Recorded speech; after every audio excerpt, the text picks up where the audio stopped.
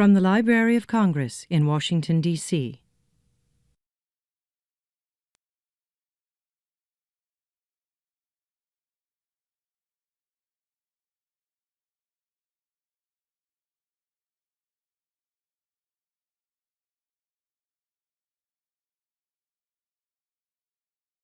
Thank you for coming today. The third time seemed to have been a charm. The two times between the Pope and the snow, we didn't have success. My name is Ellen Terrell, and I am a business reference specialist in the Science and Technology and Business section, and we are sponsoring this program today. It is my pleasure to introduce today's speaker, Jim Johnston. He grew up in Independence, Missouri, which is Harry Truman's hometown. And he has a degree in mathematics from University of Kansas and a law degree from University of Michigan. He practices law in D.C., where he focuses on telecommunications and intellectual property law areas. He began writing for publications about 25 years ago and has been published in the New York Times, the Washington Post, the White House Historical Magazine, the American Historical Magazine, and the American Lawyer. He has won 2 journalism awards and has 2 books to his credit: The Recollections of Margaret Cabell Brown Longborough, and the book today that he's speaking on, which is From Slave Ship to Harvard, which is about Yarrow Mamout and his descendants. The book is for sale outside in the tables if you're interested. So when I asked him why he decided to write this book, he said he had seen James Alexander Simpson's portrait of Yarrow that is in the Georgetown Library, and that the Peale portrait used on the cover. He just wondered who this man was to have been get 2 portraits at the time. I just wanted to welcome him and you here. Just to let you know, the program is being webcast for inclusion on the library's website. So when you ask questions, just know the back of your head at the very least will be on the camera. So if you have an issue with that. So I just want to welcome him.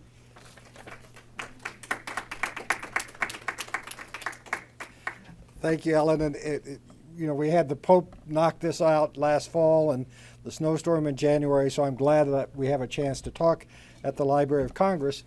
And I thank you all for coming. Ellen sort of stole my thunder, because what I'm going to do today is talk, first of all, why I wrote the book, because I think people want to know that. And secondly, I'm going to go through the book. And I intended the book as a story of race in America. It's more than just this man or this family. And as we go through it, you'll see that it's a story of race in America. But it started here at the Georgetown Library, which you all may know. And I was in what was then the Peabody room before the fire. And this actually was a photograph taken at the time, the day I was there and discovered the portrait. And you look across that room, and you see on the wall this portrait of a black man. And that's up close of it. And at the bottom right, the label said, Yarrow Mamout, James Alexander Simpson, 1823. And I thought, you don't think of Georgetown as a place for African Americans, and that sort of intrigued me, plus just the portrait itself intrigued me. So I went home, as we all do now, and Googled Yarrow Mamout, and saw this portrait by the great Charles Willson Peale. And this is obviously a much more artistic portrait of Yarrow. And a friend of mine is the director of the Smithsonian Museum of American Art, and I said, do you know this portrait? She said, no, but any portrait of an African American prior to the Civil War is rare, and you have 2 of the same man, so you might do something about it. And it took me 8 years to do something about it and write this book. And that's the story I'm going to tell you now. You have to start. It's race in America, so you have to start in 1634. And that's when the Ark and Dove brought the first Europeans to Maryland. And this is these 2 ships coming. And Lord Baltimore was the proponent of the Maryland colony. And he said to the colonists, there were 150 on these 2 ships, he said, when you get to America, you have to remember there's nothing there. Everything you need has to come from England. Utensils, saws, nails, hammers, metal, fabric, sugar, wine, anything you want that's manufactured or can't be raised there. You have to import. And therefore, you need something to pay for that. You have to do something in America that you can pay for all these imports. And there's a lot of riches there. There are fur, you can raise crops, you can do logs, you can do pitch, tar, you can do all sorts of things. One thing you shouldn't do, though, the one thing you shouldn't do is what the Virginians have decided to do, and that is to raise tobacco. Because the Virginians at the Jamestown colony discovered that a man could work for a year and he could make 6 times more with tobacco than anything else he did. And so this tobacco mania took over Virginia. And the Marylanders quickly learned that yes, indeed, tobacco was the best thing, and that is why they developed this system of agricultural factories called plantations, where they needed cheap, unskilled labor to work. They first got it from convicts and indentured servants from the Great Britain, and eventually slaves from Africa. And that's how slavery got started, all because of this one plant. To get tobacco to England, that's the trick, is to get it to England. So when you grow it, they would pack it into these, what were called Hogs Heads. And this is one technique shown on this, is they just roll it down. But if you roll it more than 10 miles, it ruins the tobacco.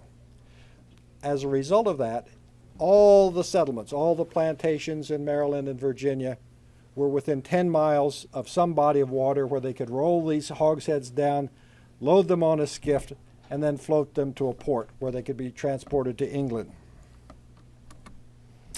The net effect of that, I'm not sure if this is a Library of Congress map of 1795. I think it may be in the Maryland State Archives. But you can look at this map of Maryland and you see the bodies of water.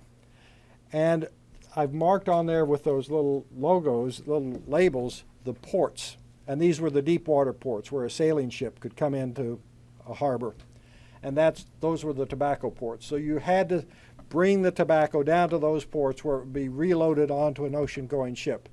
But the net effect of all of that was that in the Maryland and Virginia colonies, all the people, the economies were all based within 10 miles of a body of water.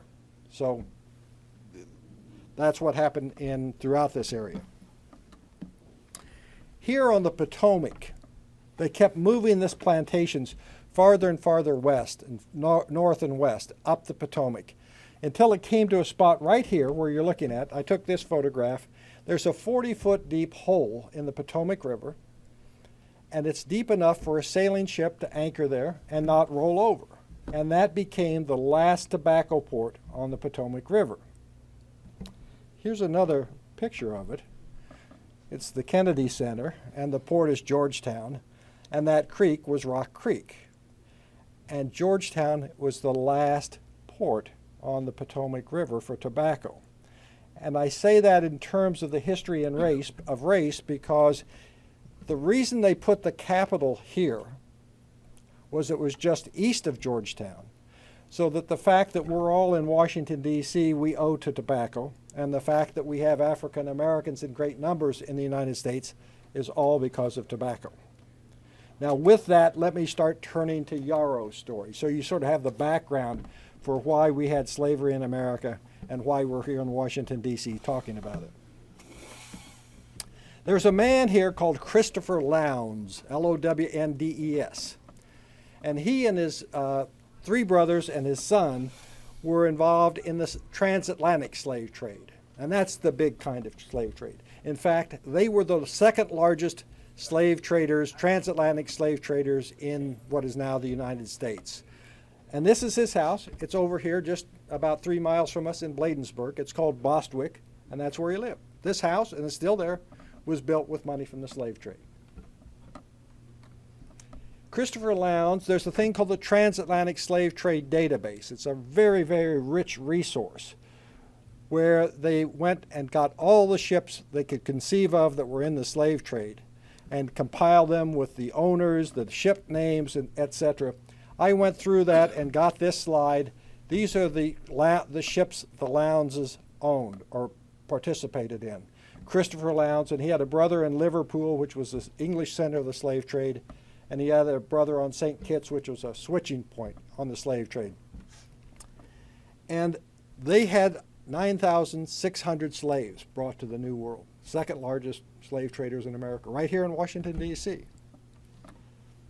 His son, Francis, actually captained these 3 ships. And, you know, that's, if you talk about evil or lack of morality, actually captaining a slave ship, sailing it over to Africa, picking the slaves up and bringing them here sort of is the pretty high up in the scale of immorality in my view. So his son Francis actually captained these 3 ships. Now, again, the reason I tell you this is because you're a Washington crowd. If you go over to Georgetown and look at Tudor Place, that house was built by Francis Lowndes. The 2 wings on this house, the center section was built by a later owner. So that the fancy Tudor Place in Georgetown that we all think of as Georgetown as such a Toney place, was a lot of it was built with the slave trade money. In fact, this man, Benjamin Stoddard, married Christopher Lowndes' daughter, Francis Lowndes' sister. And the reason Benjamin Stoddard, I mention him, is because he was the first Secretary of the Navy under John Adams. So the slave trade went very high up in the government of the United States, with the first Secretary of the Navy being an in-law of the slave traders that brought Yarrow Mamout over. The kind of ship they used was this, a snow, or S-N-A-U, but it's pronounced snow, 2-masted, shallow draft.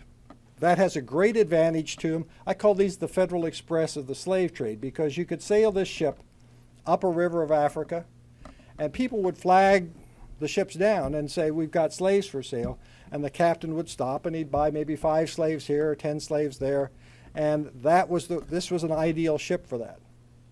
And then when he came across the Atlantic, of course, if you were a slave, it wasn't very good because it rolled a lot. And I'm going to talk about what its conditions were like. But when he got to America, he could go up those same rivers I showed you in the Chesapeake Bay, the Potomac River, and go up to the plantations themselves. If we all here know Mount Vernon, and you've looked at Mount Vernon, you know what Mount Vernon looks like.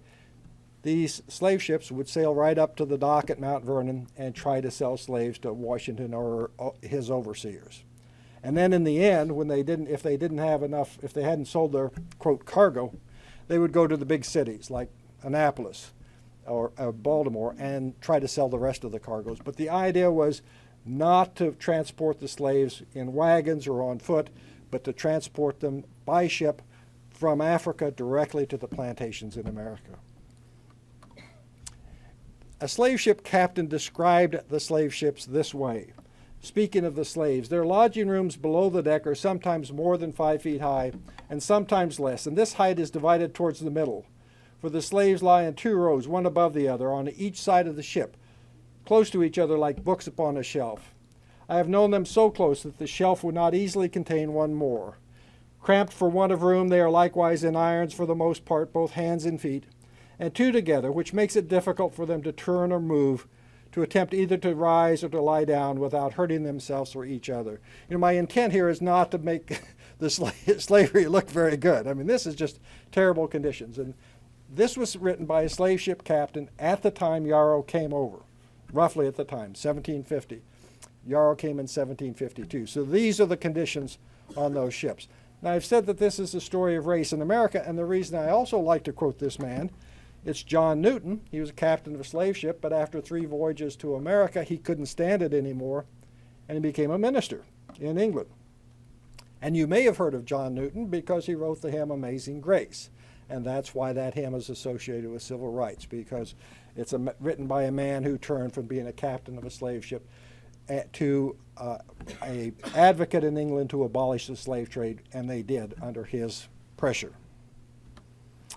Now, I'm going to get to Yarrow. He was a Fulani Muslim, and the Fulanis started in Mali, that yellow country, and at the time he came, they were moving militarily into West Africa, Senegal, and Guinea on the West African coast. And the Fulani were educated. They had European weapons. They had discipline. And so when they moved into these countries, of course, there were indigenous people that didn't like the Fulani coming in. And so there was warfare. And this period of warfare lasted quite a while. But the net effect was when the Fulani won, as they usually did, they would take their enemy as prisoners of war and would sell them to the slave ships. So that's how the slave ships got cargo. Now, of course, sometimes the Fulani lost. And when they did, they got sold to the slave ships. The slave ship captains didn't care. As long as the people were black, they were buying them as slaves and taking them to America. But that's how we ended up with educated Fulani Muslims in the slave trade. When John Newton campaigned to end the slave trade in England, this picture was sent around a lot to build up public support to abolish the slave trade, to show how terrible the conditions were on the ships. And it does do that. It shows you all the crowding on the ships. But my problem with this, as a writer who's trying to convey a message, is that you can't really see any of those faces. And I wanted to humanize the story. And one way you do that is with this man, Ayuba Suleiman Diallo. He was a Fulani Muslim. He came to Maryland again, 1730, 22 years before Yarrow. He was educated, 16 years old, roughly, teenager.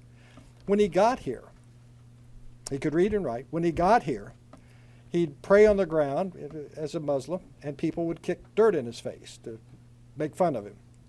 He was pretty unhappy, and so he did something that you wouldn't think of. He wrote a letter to his father in Africa and said, "Dad, get me out of here." You know, the notion, today we look back and, you know, we have this our own conceptions of slavery. The notion that a slave would think that he could write his father back in Africa and get out of here is sort of preposterous. Well, he didn't get out that way, but people in England intercepted his letter. They said, "My gosh, there's this educated slave in Maryland. Let's bring him to England." And so he was sent to England, and this painting was done by William Hoare, who was a student of the great Thomas Gainsborough. And I tell all this story not only to tell you a little bit about race in America, but also to point out that of the 9.6 million people who went on those slave ships, there are only 2 portraits by major artists, Ayuba Suleiman Diallo and Yarrow Mamout by Charles Willson Peale. And so these, you know, as I got into this story, I saw how rare this story was becoming and how rare that portrait is. We don't know enough about black history to know that this portrait is precious. And we're seeing the faces of people who were on slave ships. And I remind people, this isn't what we thought. You know, this isn't the modern concept of what slaves looked like. We don't see them as these very educated men, but many of them were. Yarrow came in here, 1752 to Annapolis, Maryland. That's the Chesapeake Bay and the Severn River, and that's the Naval Academy. I once tried to sell this book to the Naval Institute, saying, well, you know, he did come into Annapolis, but they didn't see it that way. Anyway,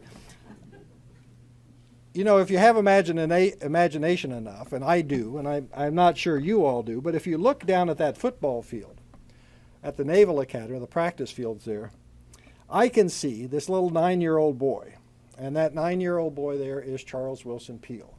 He was living in Annapolis at the time Yarrow came in. And so he never made the connection many years later that he probably saw Yarrow come off that slave ship, because there are not that many slave ships coming into Annapolis.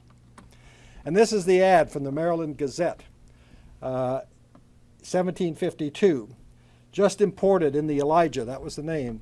Captain James Low, directly from the coast of Africa, a parcel of healthy slaves consisting of men, women, and children, and will be disposed of on board the said vessel in the Severn River on Tuesday, the 4th day of June, for sterling money, bills of exchange, gold or paper currency. Benjamin Tasker Jr. and my friend Christopher Lowndes that owned Bladensburg. They were brothers-in-law. Lowndes had married Tasker's sister. Tasker was the governor of Maryland.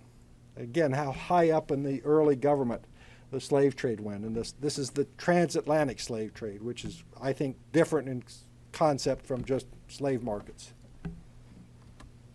And I got a picture, because I do like you to see pictures, I got a picture of Elizabeth Tasker Lowndes, Christopher Lowndes' wife, also painted by Charles Willson Peale. And I must say that I'm not doing her a favor. She was truly on death's bed when this was done. Charles Willson Peale was going through Bladensburg, and they asked him to paint a portrait for her grandchildren before she died, and she was died a few days after this portrait was done. But again, I'm showing you portraits of people, of what it was like then.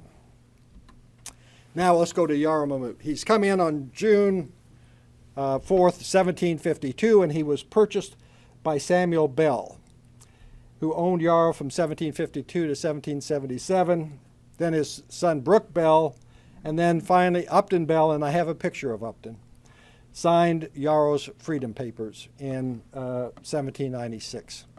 And I'm going to go through these people.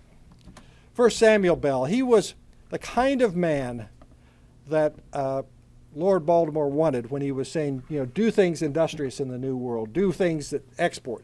And Samuel Bell's specialty, he was sort of an engineer, he especially was water mills. And that was the only form of power we had in America other than human and animal muscle. So that was a big step up for America. This picture is of Pierce Mill down in Rock Creek. Everybody knows Pierce Mill? Samuel Bell was the man who first put a mill there. And he put several mills up in Rock Creek. And these were used to saw wood or grind grain, but they were also used. Samuel Bell was really a very smart guy, because in 1764 he moved up here to Antietam Iron Works, up by the Antietam battlefield at the mouth of Potomac, Antietam Creek and the Potomac River. He moved up there because there was an ironworks, and they used water power to pound and refine iron, and that was his specialty. So he was a very prominent man, and in fact, he was an early revolutionary in Maryland, supported the American Revolution, believed in it, was a big proponent of overthrowing England. He had this house, which is still there, the brick house called Kelly's Purchase, outside Sharpsburg, Maryland. And he worked at that iron mill, for the rest of his life. And in 1777, he died. And I got his will. And I know Yarrow was with him because I got Samuel Bell's will. And in the will, there's a reference to my Negro boy, Yarrow. And, how you spell the word Yarrow doesn't make a whole lot of difference. That's Yarrow Mamout. You've taken Yarrow from Washington all the way up to Washington County, Sharpsburg, and the word boy today for a black man is an insult. But back in those times, it meant something different. It was your body servant. And it was a good deal for if you were white, because your body servant was more than a valet. He was someone who went with you all day. If you were on the road a lot like Samuel Bell was, he owned 63 properties during his lifetime, so he's constantly traveling around. He was sheriff of Frederick County, so he's constantly on the move. Your body servant was a second gun. He was someone to talk to when you were on the road. And when you got to where you're going at night, the inn, you got to go in and have a leg of mutton and a stein of ale, and your body servant put the horses away. So that's the role of a body servant. But it also meant it wasn't that bad for Yarrow. First of all, slaves were not permitted to leave the plantation, so they couldn't see the country. Yarrow Mamout was able to travel around the state of Maryland and see what America was all about in a way that most slaves couldn't. He was also with Samuel Bell whenever Samuel Bell would talk to people, and Samuel Bell knew a lot of important people. So Yarrow got to meet all these people. And ultimately, when Yarrow got free and in Georgetown, all these people were the big, rich and famous people in Georgetown, and they had met Yarrow many, many years earlier with Samuel Bell, so they knew that he was a reliable, decent human being. So it was good for Yarrow Mamout, too. Upon Bell's death, Yarrow Mamout went to Brooke Bell, Samuel Bell's son. If you go out to Potomac, Maryland along River Road, you'll come to this, Bell Mountain Road and Bell Spring Road. The Bells had an estate out there called Belmont that was 2,000 acres, and Yarrow settled there. Now, I think about this time you're asking me, how do you know all these things? Who wrote this all up? Well, nobody wrote it up. I wrote it up. But I'm going to start telling you how I know some of these things. First of all, how do I know that Yarrow Mamout was there? Because across the road from that sign is this. It's the ruins of a watermill. Bell had a watermill on the property. And on that hill that you see in the background, that was a different plantation. And on that plantation, to a slave woman, was born Yarrow's son. So I'm pretty sure that Yarrow Mamout was there 9 months before that little boy was born on that hillside. And obviously he was working on Belmont for his owner, probably working on the watermills, and met a woman on the adjoining plantation and had a child with her. But it was more than just a casual affair, because 7 years after that boy was born, his name was Aquila, 7 years after he was born, Yarrow bought the boy's freedom. So it meant that Yarrow stayed in contact with the boy, probably stayed in contact with his mother, probably his mother was virtually a wife, and got the boy's freedom at that point in time. 1790, though, by 1790, Yarrow is in Georgetown. And this is Brooke Bell's ledger book. MDHS is the Maryland State Historical Society. They make you put an acetate cover over it if you take a picture. And there you can see there's an entry in the accounting book for Yarrow Mamout. So Brooke Bell was handling Yarrow's money and selling him goods and also keeping other accounts for Yarrow Mamout in Georgetown. They had moved from Potomac into Georgetown. And Brooke Bell was a merchant there. And then Brooke Bell died in 1796. This is the inventory of his estate. And I don't know if you can see the yellow, but there's Yarrow's name. And this is another way I know some things. It said that in 1796, Yarrow is 60 years old. So you subtract 60 from 1796, Yarrow was born roughly in 1736. So it gives me a date of birth of Yarrow. When Yarrow was, when Brooke Bell died, though, he had cut this deal with Yarrow. He said, Yarrow, if you make bricks for the new house, I'll free you. And Yarrow made the bricks for the new house, but Brooke Bell died. And so the widow freed Yarrow. Now, Yarrow was recorded as explaining this story. And before I show you what Yarrow said, let me point out about his dialect. Yarrow, of course, was a Fulani Muslim, so his first language was Fulani, an African language.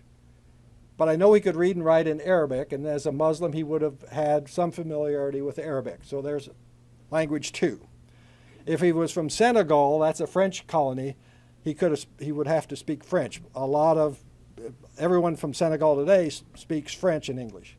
Or if he was from Guinea, he spoke English, and in any event, once he got here, he spoke English. So Yarrow, in this quote, is speaking in his third or fourth language. And he was so famous in Georgetown, somebody wrote down his actual words to show how the speech pattern. And Yarrow talking about how he got free. Oh, Massa Bentinky got all the work out of a Yarrow bone. He told Yarrow, go free, Yarrow. You've been worked enough for me. Go work for you now. Tanky, Massa, Yarrow say. Sure enough, Yarrow go to work for he now. Yarrow work a soon, a late, a hot, a cold. Sometime he sweat, sometime he blow a finger. Well, you got to look at the poetry in this. First of all, and he's working in a third or fourth language. First of all, he knows his name rhymes with marrow bone. So he's making a play on words, saying, get all the work out of Yarrow bone. But then what I really like here is the end, where he's saying, sometime he sweat, sometime he blow a finger. I was thinking, like a kid playing with a gun, cowboy, you blow the smoke out of your pistol. No, he means it's cold. And he's blowing on his fingers. So sometimes he sweats, sometimes he has to blow a finger. And it's sort of one of my favorite expressions. I get cold in the winter now. I got to blow a finger. So anyway, Yarrow gets free in 1796. And he eventually buys this house. And this is the lot in Georgetown. You've got maps. Ellen's got some maps here of Georgetown. His address was 3324 Dent Place in Georgetown. This is 3324 Dent Place. And he put up a house there. It was a log house. It's gone now. And we'll get into that a bit later. But after he bought that house in 1800, he turned around and resold it to his son for reasons I won't get into. But I do have his deed at the National Archives, has preserved his deed of sale. And the recorder of deeds then and the recorder of deeds today operate in the same way. They are a point of record. Today, if you sell a house, you take the deed into the recorder of deeds and he'll put a camera on it and take a photograph, or, as I would say, make a Xerox copy. In those days, the recorder of deeds was a human Xerox machine. You brought the deed in and he would make an exact copy in his big, beautiful handwriting like you can see here. And you can see what a good writer he was. Great penmanship. Except where it comes to Yarrow's signature there below Francis Deakins. And that obviously is completely illegible. Well, I had my suspicions when I was down at the National Archives the day I saw that. And so I sent it to an expert who showed me the Hausa alphabet, Arabic alphabet from Nigeria. And he looks at those words and he said, the word that looks like Josie is probably his attempt to spell Yarrow in English, J-A-R-O. The second word is pretty easy. It's Arabic, it's Bismillah, in the name of God. So he has signed the deed as Yarrow in the name of God. I was giving this talk several years ago, and before I even got to that point, somebody in the audience said, that says Bismillah. And she was an Egyptian, and she could read it quite easily, even though it's probably a copy made by the Recorder of Deeds, not the actual signature of Yarrow. In any event, it shows he could read and write in Arabic. And then the great Charles Willson Peale comes to town. Peale had been not only a portrait painter, he had been in the military, he crossed the Delaware with Washington. He didn't paint that portrait. And then he opened a museum after the Revolutionary War in Philadelphia. And this is his self-portrait opening, beckoning you into the museum. It was a lot like the Smithsonian, except it was for profit. And so you'd go in there and you could see there, he had these fossils, he had pictures of birds, and he also had a presidential gallery where he had portraits of all the presidents. Today we know what Washington looks like, or we know we're in the Madison building, we know what Madison looks like because there are copies all over the place. Back then there were not photographs. The only way you could see what these guys looked like was to go to a museum and look at a portrait. And Peale was the big presidential portrait painter. So he's welcoming people in, and he came to Washington for a number of reasons in 1818, including to get a portrait of James Monroe, who was the new president, for his portrait gallery. When he wrote in his diary, I heard of a Negro living in Georgetown, said to be 140 years old. I propose to make a portrait of him if I get a chance. Yarrow was not 140. That was a fiction. But Yarrow did own bank stock. He was an entrepreneur, and so Peale got interested in this. And so Peale painted that portrait. While he did that, he took information from Yarrow and other people about Yarrow's life, and that helped me reconstruct Yarrow's life. For example, the widow who freed Yarrow said he was about 14 or maybe a little bit older when he came to America. Well, Yarrow would be 16 by my reckoning. My father-in-law brought him right off the ship. That all fit. The Elijah was the only ship to come from Muslim areas of West Africa for many years in that time period. So Yarrow had to be on that ship, and it all fit with what these people were saying about him. But now look at this portrait. You see here, there's no evidence of this. This is all Jim Johnston speculation. First of all, you see that big great leather coat over. That's Peale's coat. Yarrow couldn't afford that. That's a leather coat. He couldn't. This was done in late January of 1819. And so Yarrow's all bundled up, and he's pretty cold, but Peale's painting him. But Peale had owned slaves in his life. But by this time, Peale's an older man now and more wiser. Peale got this revolutionary notion that black people and white people were equal. I mean, it wasn't just they had equal rights. He actually thought they were equal. And he thought the only difference between black people and white people was the skin color. And that if you gave a black person the equal opportunities, he or she could be just as prosperous and famous as a white person. And I think that's what you see in this portrait. You see Charles Willson Peale painting a wealthy merchant in Georgetown who just happens to be black. And I think he was sending a political message out with this portrait. In any event, Yarrow died. That's the house in Georgetown where the widow lived, and I can imagine Peale going up there and talking to him. But Yarrow died shortly after the second portrait in 1823. And here's his obituary. This is a black man who came on a slave ship, and he's got an obituary in the newspaper. This isn't little trivial stuff. This is pretty significant stuff. Died at Georgetown on the 19th Ultimo. That's the prior month, so 19th of January, 1823. Negro Yarrow, aged according to his account 136 years. He was interred in the corner of the garden, the spot where he usually resorted to pray, and it goes on to tell his story, but my favorite part is the last line that says, Yarrow was never known to eat a swine nor drink ardent spirits. You know, that was the litmus test of a Muslim. He wouldn't drink alcohol and he wouldn't eat pig. And I found that throughout other parts of my research. Whenever you come across a Muslim, that was the thing that white people always noticed, that they would offer them a glass of wine. And they'd say, no, well, that's a Muslim. So this was sort of what was a common knowledge, apparently, among early Americans. That ends my Yarrow story. And with the rest of my time, I'll go through the rest of his family quickly. His sister, Hannah, Free Hannah, or Hannah Peale. And I don't have a lot about her, but it does tell me a little bit more about this story of a race in America. His sister supposedly came on the same ship. I can reconstruct that she was a waitress here, a slave waitress at Hungerford's Tavern in Rockville, Maryland. And I looked at the names of the slaves who worked there. And these are slaves at Hungerford that had African-sounding names. And so I think there were 34 slaves, and these are the ones that I thought had possibly African names. Well, there's something that I haven't told you. Among the Fulani in West Africa, there's a naming convention. When your child's born, you go to a holy man and you say, what should I name this boy or girl? And if it was a boy, and the mother's fourth child, then one of the names is Yarrow. So Yarrow tells us that he was his mother's fourth child. If he was born on a Monday, Muhammad, Mamadou, or Mamout is a name. So Yarrow Mamout tells us that he was his mother's fourth child and born on a Monday. But here at Hungerford's Tavern, you see there's another Yarrow, the last name. So he's Fulani.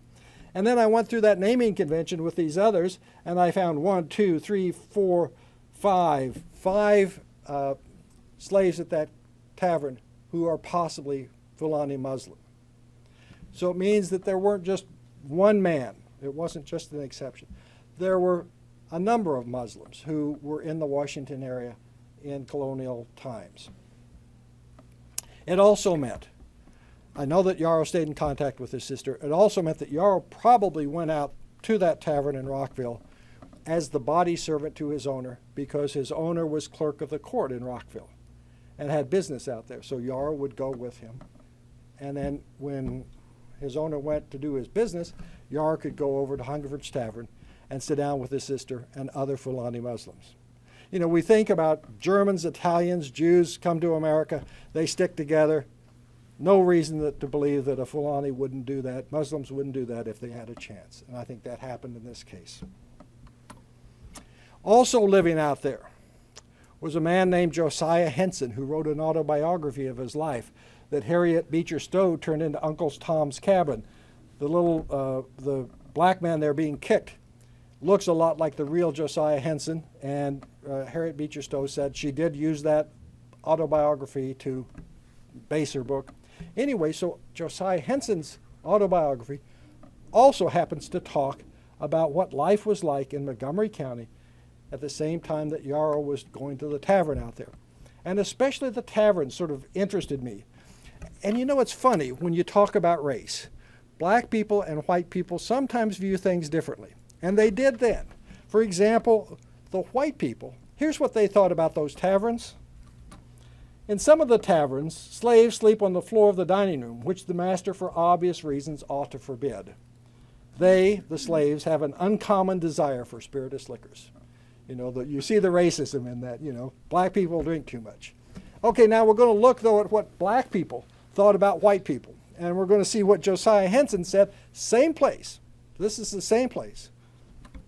My master's habits were such as were common enough among the dissipated planters of the neighborhood. And one of their frequent practices was to assemble on Saturday or Sunday, which were their holidays, and gamble, run horses, or fight gamecocks, discuss politics, and drink whiskey and brandy and water all day long. Perfectly aware that they would not be able to find their own way home at night, each one ordered his body servant to come after him and help him home. Quarrels and brawls of the most violent description were frequent consequences of these meetings, and whenever they became especially dangerous and glasses were thrown, dirks drawn, and pistols fired, it was the duty of the slaves to rush in and each one drag his master from the fight and carry him home. So you can see what the black people thought about white people's drinking habits. So, you know, when we go through history, you can get bigotry on both sides, although this sounds pretty accurate. Next is Hannah's daughter, Nancy Hillman. I think Hannah had worked at a tavern where lawyers frequented because it was close to the courthouse, and I think that's why Nancy is, I detail in the book, knew a lot about the law. But Nancy eventually moved, this is Yarrow's niece, moved to Frederick, Maryland, and married a man who was the servant or slave of Judge Richard Potts. So that all makes sense. You know, she worked in a tavern, she knew lawyers, so that she would marry a man who would be her social equal, a man who was familiar with the law. And that all made sense. And the Hillman family was a pretty prominent black family in Frederick, Maryland. And today, Frederick's a small town, but in those days, it was sort of the legal capital of the country because all the judges and justices were coming out of Frederick, Maryland, including Chief Justice Roger Brooke Toney was a man from Frederick, and he knew Nancy Hillman, and that's important. The Chief Justice of the United States would have known the Hillman family and would have known Nancy Hillman, and she was a pretty savvy woman. But Chief Justice Roger Toney is also the man who wrote the decision in Dred Scott. And as a story in Race in America, let's look at what this man who knew Nancy Hillman said about black people. They, African Americans, had for more than a century before the Constitution been regarded as beings of an inferior order and altogether unfit to associate with the white race, either in social or political relations, and so far inferior that they had no rights which the white man was bound to respect, and that the Negro might justly and lawfully be reduced to slavery for his benefit. This was the most racist decision ever to come out of the Supreme Court. So racist that in the North there were calls to abolish the Supreme Court. The view being, if we have a Supreme Court Chief Justice saying this kind of stuff, we don't need a Supreme Court. Now, why do I tell you this? Because it's a story of race in America. It's a man who would have known the Yarrow family. He knew Nancy Hillman, and he was saying this kind of garbage. But in my research, I went up to Frederick, Maryland, because I knew Nancy Hillman died and was buried, and this is St. John's Catholic Church in Frederick, Maryland, the cemetery. This tombstone says Hillman, Nanny Hillman. It's not Nancy, but it's the Hillman section. The sexton of the cemetery told me this is the black section, Catholic Church Cemetery. And so I'm sure that Nancy Hillman, Yarrow's daughter, Yarrow's niece, is buried here. But if you look past that obelisk there, all the way over to the other side of the cemetery, and go there like I did, you come to the grave of Chief Justice Roger Toney. He's buried in an integrated cemetery. So, you know, you may be a racist in your life, but you can never control what might happen to you in eternity. And you just should remember that.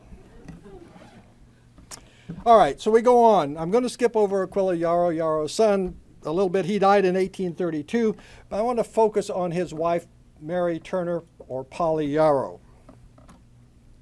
First of all, Samuel Bell was in business with a man named Turner. And in fact, they had adjacent plantations in Montgomery County.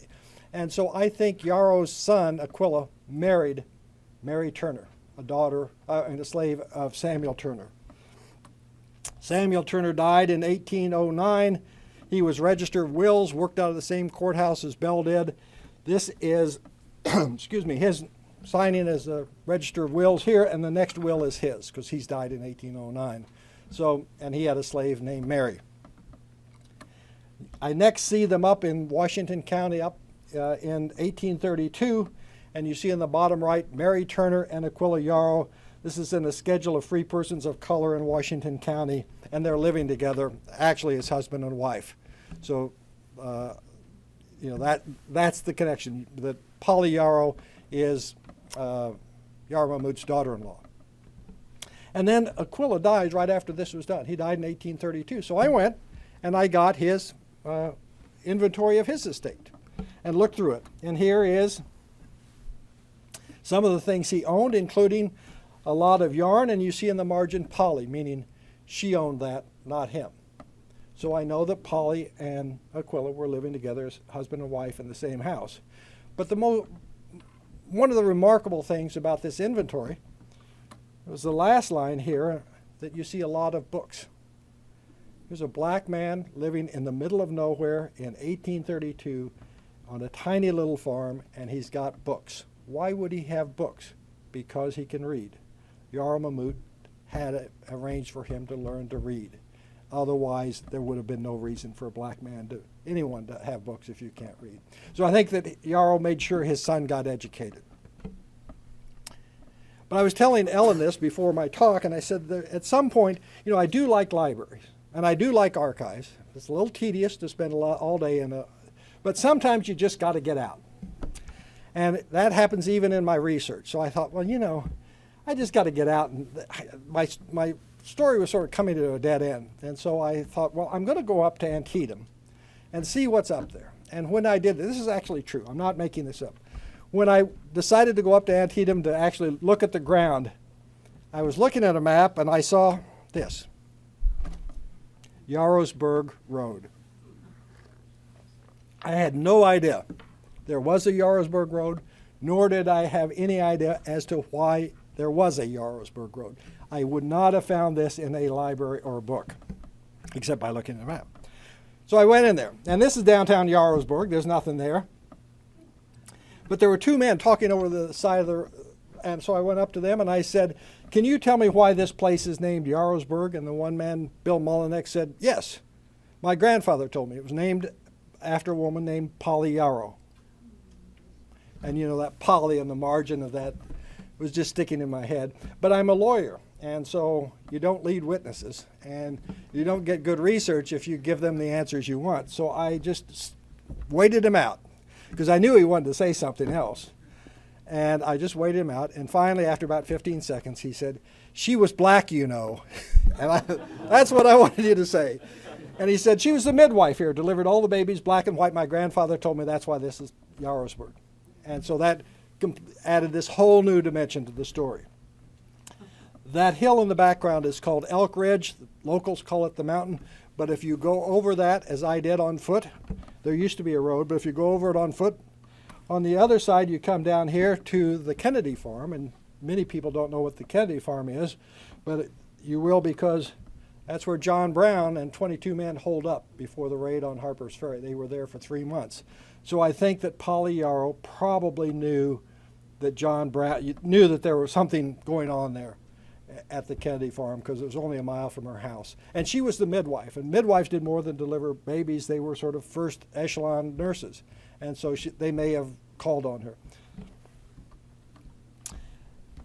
We move from Polly. I'm going to come back to Polly, but to her nephew, Simon Turner.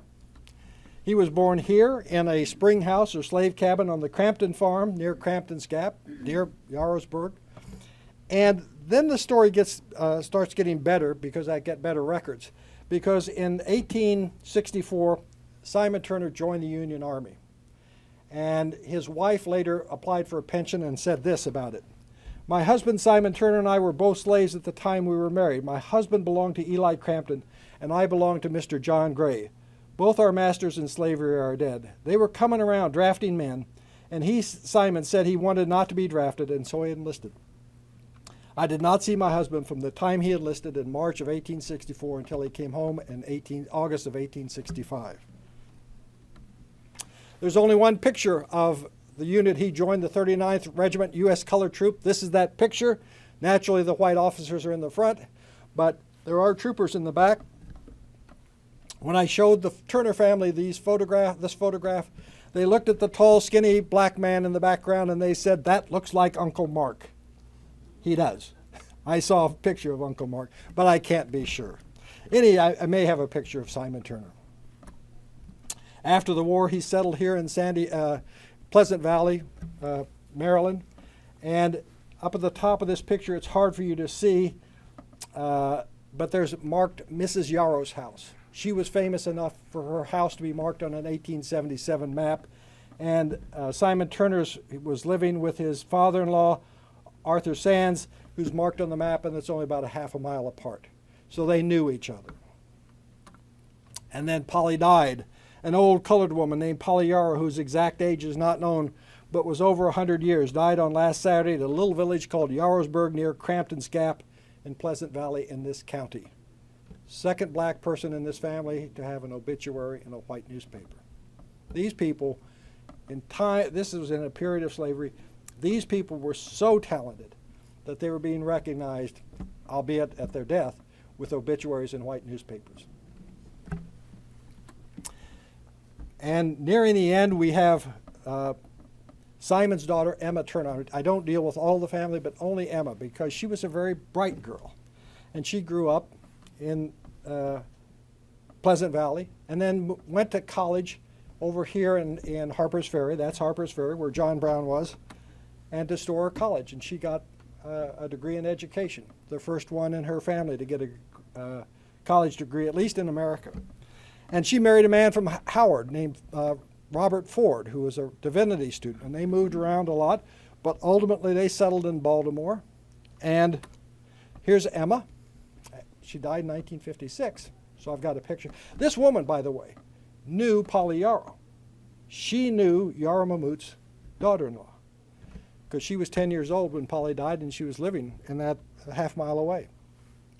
Anyway, they had a son, and one of their sons, Robert Turner Ford, and in 1923, Robert Turner Ford, her son,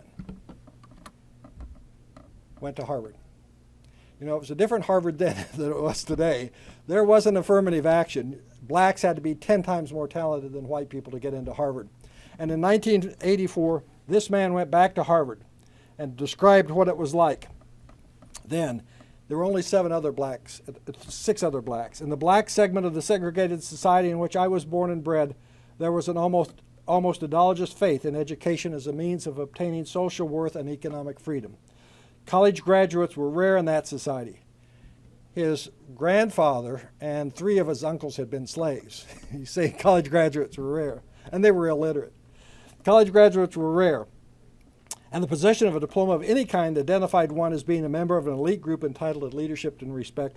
A graduate of Harvard with all of its traditions and history was viewed as the epitome of academic and social merit. This is by a man, again, who came out of slavery and went to Harvard. Graduated in 1927. My research took me to Jarlsberg. This is Mount Moriah Baptist Church there, and in the cemetery is the grave of Simon Turner. It says he died to save the Union. And so I've led you through the family. And this is the chronology that I've talked through. It switches from Yarrow's family to in-laws, but the Turners were in-laws. And this is them when I was interviewing them for the book. The woman on the left in the red sweater is Alice Turner Truitt, who is Robert Turner's daughter, Robert Turner Ford's daughter. These other women are her cousins. And then last summer, over at Yarrow's property in Georgetown, I got the city of Washington to dig archaeology there, and here's the work. The woman sitting in the lawn chair over there is Alice Turner and her daughter. And these are the archaeologists working. And when they did this, this is a panorama. The red soil you can see all around, that is soil from Yarrow's time period. So far, they have nothing, they found nothing, they bagged it all up and looked through it, and as the last time I've talked to them, they found nothing that they can relate to him, but they do have things, a lot of things from his time period. It took me about an hour to get through this. It took them 175 years to go from slave ship to Harvard. Thank you very much. If anybody has any questions, we have a few minutes. I don't know if the books are still for sale, but he will be signing anybody who has them. Any questions? Yes, sir. Yeah. Was Yarrow Mamout sold into slavery because the Fulani lost a battle, or how did he end up a slave? I don't know exactly. I do know Ayuba Suleiman Diallo, who was another Fulani. He made the mistake of sleeping in the wrong hut, and the Mandingo came by, and they were the enemy of Fulani, captured him and sold him to slave ships. So I think that Yarrow and his sister probably got captured somehow the same. But it's an assumption, yes. You skipped over Yarrow's son a couple of times, and I wondered if there was a good reason for that. There's not a reason to skip over it. It's just that it doesn't flow with the lecture. He's dealt with in the book a lot. but it just, it didn't flow with what I was saying. Other questions? Yes, ma'am. Just a respectful request, and I mean that absolutely sincerely.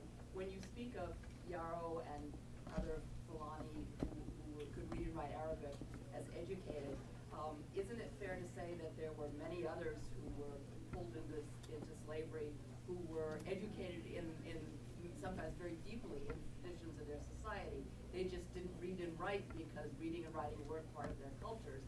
But that doesn't mean that they weren't educated. And wouldn't it perhaps be better to speak of literate as opposed to educated when you're talking about? Well, but the Fulani had formal education. Yeah. I mean, they would have schools, which the non-Muslim Africans did not have a school system. Well, that's not entirely true. They did have ways of educating people when they came of age at various stages of their lives. They would have intensive education in their traditions. They didn't have a written culture. But I don't want to say that if you couldn't write, you weren't educated. That's the only point. Well, yeah, no, I agree. I agree with you. But and I try to make that distinction, except for the fact that the Fulani could read and write, and therefore, when they came to America, they were treated quite a bit differently because probably 95% of white Americans could not read and write. So suddenly to see a black man who actually knew more than, seemed more educated than you were, was really quite disquieting for white Americans, and a matter of respect for them too. Yes, sir. I mean, the title obviously from slave ship to Harvard is interesting in the sense that I'm sure you must have read a book from Craig Stephen Wilder, Ebony and Ivy, which he shows how a lot of these elite universities in the United States were fundamentally funded, created largely by the slave trade and stuff like that. So to go back to the what it was, grandson or something like that who went to Harvard. It's 5 generations. Five generations, right? But you showed what he was saying about about education being the first how important it is, etc., etc. Did he ever, in his writings, talk about he must have encountered incredible racism while he was at Harvard, and obviously he and other 5 or 6 blacks who were there. So did he write about that? Did he talk about that? And did that cause him to consider any aspects of his education that he had gotten there in terms of how it relates to his people's history and stuff like that? The question is, did Robert Turner Ford, who went to Harvard, write or talk about the racism at Harvard? And the answer is no. It was the old black culture, I think, in America. He thought he was lucky to get there. And he did not reflect on his adversity. Although in his reunion speech, of course he's talking to Harvard. The only thing I have from him is that writing. He's talking to his Harvard classmates. So he clearly, I think, did not want to complain. I know from the family that he obviously experienced racism and felt very strongly about racial justice, and the family does. But he did not express it in that speech at Harvard. Yes, sir. You mentioned a very close relationship geographically between Georgetown, this family, in regard to the Main Street and the place. Yes. I lived there. You lived in that place. Where did you live on that place? I forget the. On the what? number, Okay. But I lived on that place. Yeah, I mean, that was not the best part of town. John Kennedy lived across the street when he was first married. He and Jacqueline Kennedy lived across the street from Yarrow's old property, but they never apparently realized that it was such historic property. One more question, and then. In looking at the way that I'm a genealogist, okay, so I'm fascinated by your whole process and the way that you were able to track the family over time and in place. In terms of the records that you were finding, was that family, did they stick out in the records in terms of African Americans, or was there a larger community? In other words, were they the prominent family that you were finding in the records? The question is, was this family prominent in the records? And the answer is yes. When I, throughout all my research, it was clear that this family, whether it was Yarrow or his in-laws, were very exceptional people. And I could find records on them. Arthur Sands, who was one of the ancestors, bought his own freedom in 1856. And then when Maryland passed a law after John Brown's raid on Harper's Ferry, Maryland passed a law to really absolutely prohibit freedom for blacks because John Brown had used some free blacks, and so Maryland said, that's it, we're never going to let blacks free. Arthur Sands, before that law took effect, he took $600 and bought the freedom of his wife and his children. So he was a unique individual. He founded the Mount Moriah Baptist Church, the photograph I showed you. He founded the Black School in Pleasant Valley after the Civil War. So throughout the time, these people were very, very exceptional. That's the story I wanted to tell with this book. But with that, I want to thank you all for coming. I will sign books outside, or you can buy books. Thank you very much. This has been a presentation of the Library of Congress. Visit us at loc.gov.